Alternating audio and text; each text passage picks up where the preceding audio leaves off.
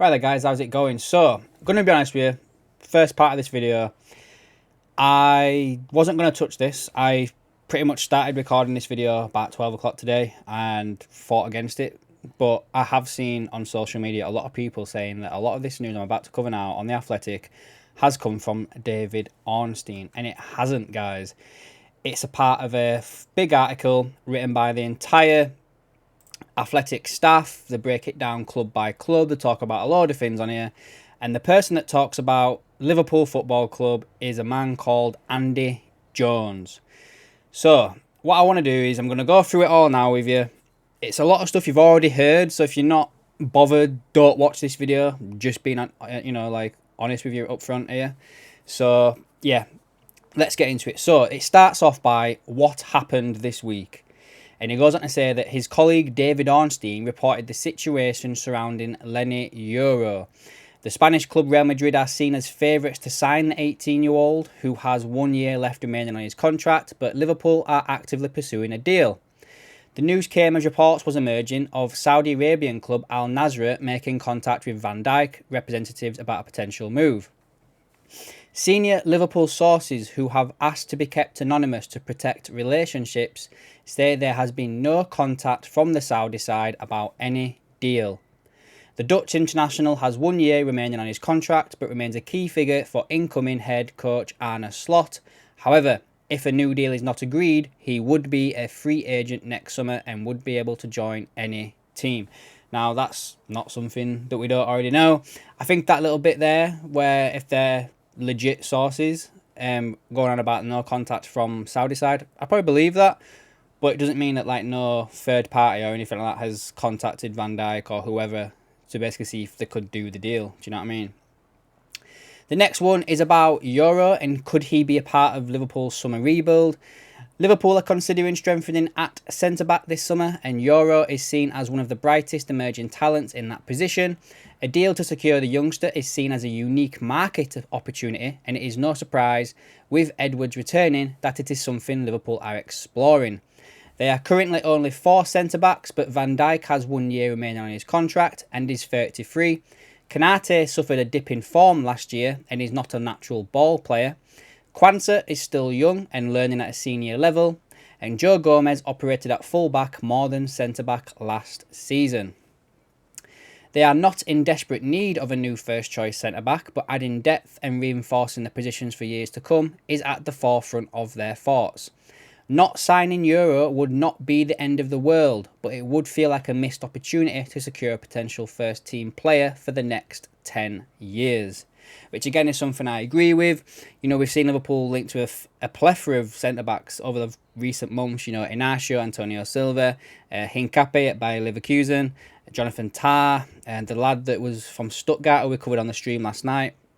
What is he called? Anton from Stuttgart, yeah, he's been linked. So a centre-back is obviously on the books this year. Now, the next paragraph is what positions and players are they looking at? As written above, Liverpool are considering strengthening at centre-back to replace Joel Matip. The club is also in the market for a wide player. Uncertainty surrounds the long-term futures of Salah, who has 1 year left, and Luis Diaz, who has been linked to Barcelona and PSG. Determining positions of priority will also depend on Slot's assessment of the squad during pre-season, as he gets a closer look at what he's working with. The new head coach may decide that the number 6 position needs to be readdressed.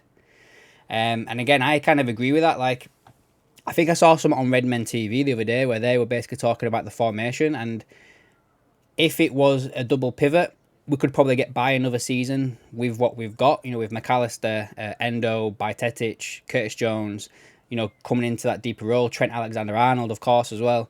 We could get by. But if we go 4-3-3 and we have just Endo and Bajcetic, I would think that Liverpool would potentially look at getting a more quality number 6 DM player to come in. Someone like Yusuf Fofana for me. I've said it a few times on the streams. I think I've mentioned it in a video. Yusuf Fofana would be the one player I would be looking at getting. He's available on the cheap. He's got a year left on his contract. He was the best midfielder in the French league last year, which doesn't say much. But yeah, I think he's available for around £25 million this summer. And there's a lot of clubs that are after him. So I hope Liverpool go for him, I'm not going to lie. And then going on to what players could be leaving Liverpool, he mentions Kelleher has a desire to be number one, but Liverpool will only consider offers of £25 million and above because they are few better backup goalkeepers in Europe. Barca and Diaz reports and rumours continue to swirl, but Liverpool are planning for pre-season with him. They would expect a significant fee for the Colombian winner to consider a sale.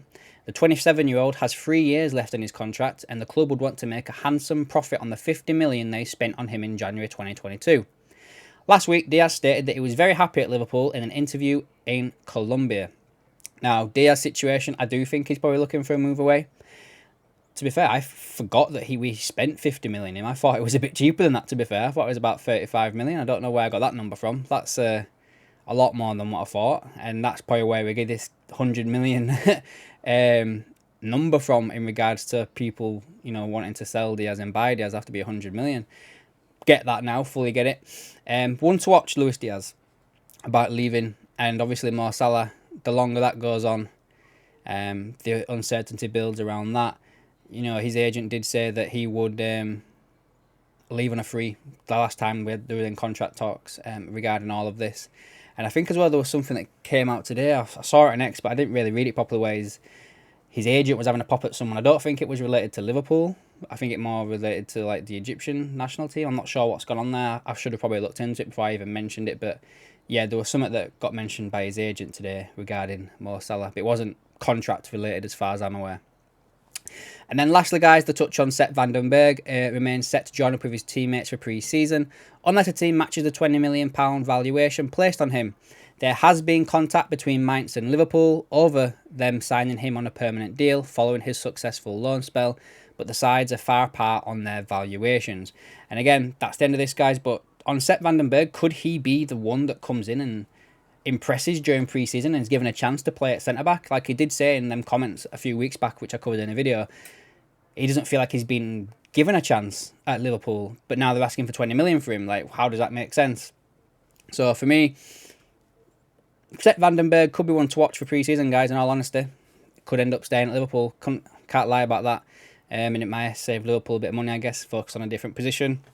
It all depends on when Arne Slot gets a chance to assess the team, and obviously we've got to bear into mind the Copa America and the Euros at the same time will all obviously play a major part in when players return and yada yada yada. So yeah, that's it, guys. That's the video. Like I say, I wasn't really planning on doing a video on this, but I've done one anyway.